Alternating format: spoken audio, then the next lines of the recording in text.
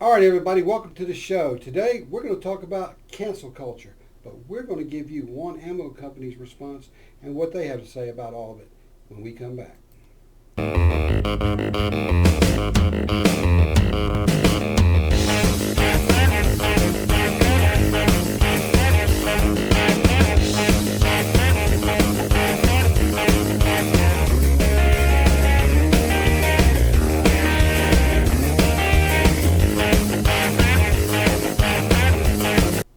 All right, folks, but welcome to the show again. So we're going to talk a little bit about what the ammo companies are doing in reference to the cancel culture and how that relates, and basically the message they have for probably not just one politician, but all the politicians there. So, but anyway, let's go to the press conference. Let's shoot right over to the Joe Biden press conference.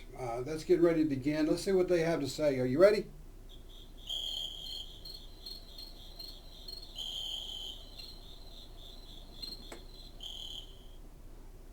Oh yeah, crickets. That's what they had to say with all those press conferences they have. Yeah. Well, anyway, let's move on. I want to review this and let you think and watch. And Gary French, I guess Gary French, he does his little reports, and from time to time I watch him and see what he has to say. But he really pulls out some really great things. And the bottom line is, I think this is a really good one for everybody to watch. So we're going to watch this together, because the headline looks great. I heard a little bit about it, how this goes, but let's watch it together. And I may have some editorial content like I always do. Small ammo manufacturer Phoenix Ammunition has a word for those who supported President Joe Biden. If you want ammo, you're going to have to go elsewhere. In fact, they state when you visit the company's website, the first thing that pops up is a question asking if you voted for Biden.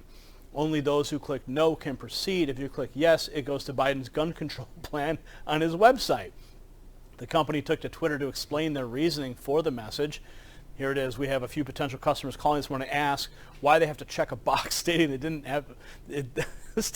not vote for Joe Biden in order to purchase ammunition. First question, are we serious? Yes, we're serious. Joe Biden ran on a campaign built on the most radical gun control platform a major party candidate has ever had, including the banning of online sale of ammunition, essentially a plan to bankrupt our company. Second question, couldn't I have voted for him for other reasons? Sure, that's possible, but if you did, you should immediately sell any firearms you own out of solidarity. Now, they say that according to Phoenix, those who backed Biden shouldn't want to give their money to a company that will actively work against Biden's gun control agenda. True. Third question, are you really willing to walk away from a paying customer simply because they voted for Biden? Yes, we are. We're dead serious. We don't want your money, and you shouldn't want us to have it because we're going to use it to make more ammo, sell it to the citizenry, and do everything in our power to prevent Joe Biden's administration from usurping the rights of Americans. The company does, however, make clear that they are willing to educate those who are ignorant about the president's proposals, which is a good thing because education is critical. We have no problem talking to Biden voters and educating them on what they did, but they have to be willing to acknowledge their ignorance at the very least. We're not going to sit here and debate with you. We're a Second Amendment company, and these are our first principles. So it's great that more companies are now standing up to those who are actively working against the Second Amendment. That's absolutely correct. So now think about this. There's going to be a bunch of folks out there, the cancel culture is going to want to put everybody out of business. We already know that. The Second Amendment is a very touchy subject. Of course, many on the left don't believe that the Second Amendment applies to a country, and it also thinks that the Constitution should be an ever-changing document. When you listen to them talk about first, second, third, whatever the amendments may be, they have reasons why they shouldn't apply. And then if you look at the First Amendment versus the Second Amendment, always remember one thing, and you can take this to the bank. You can this is bank. This is money in the book. Without the Second Amendment, the First Amendment would not exist. You understand what I'm saying? Without the Second Amendment, the First Amendment would not exist.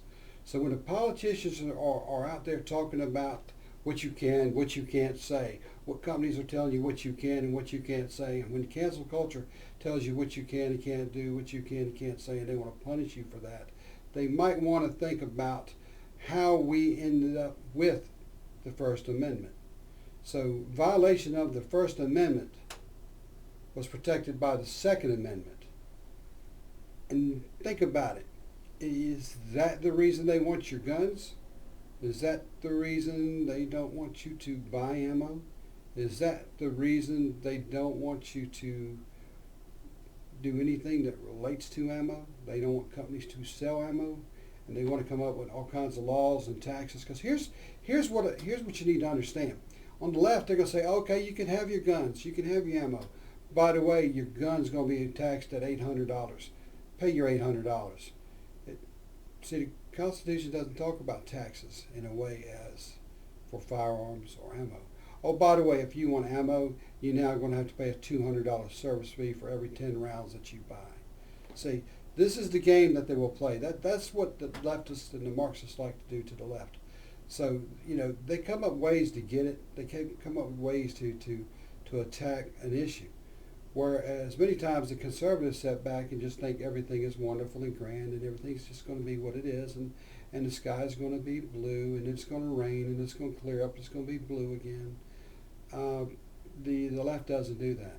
The left strategizes every single day on what they can do to take down that mountain, to take down that wall, to take down prosperity, to take down America, to take down the things that are American value driven, things that the United States Constitution provides to every American.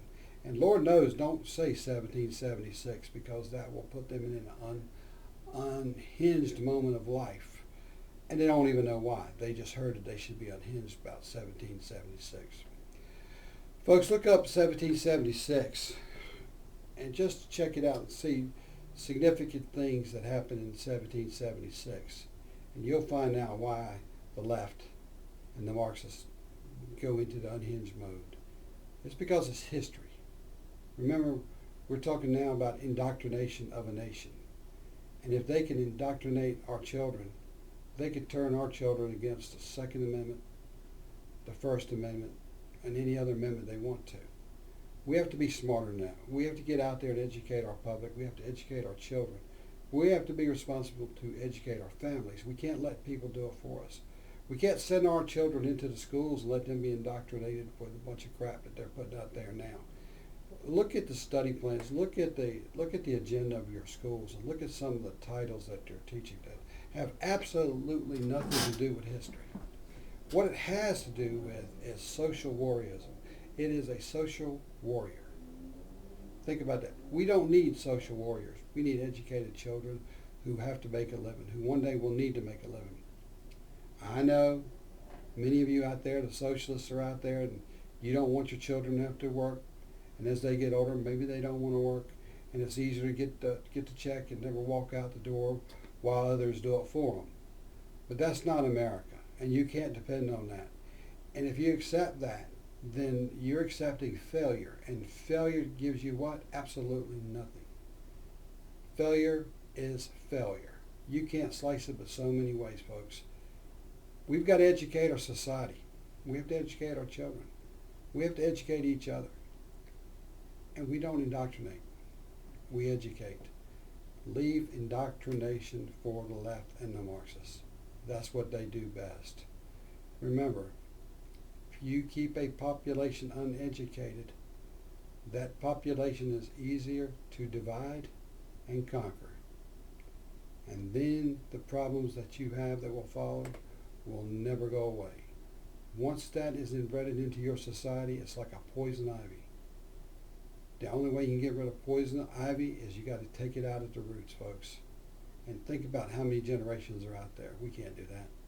So what we have to do, we have to educate folks and let them know. If we don't stop it now, we'll be fighting it later. So folks, be conscious about what you're thinking.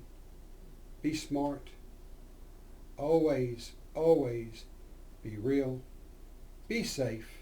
And always, always, until we see you again, be ready.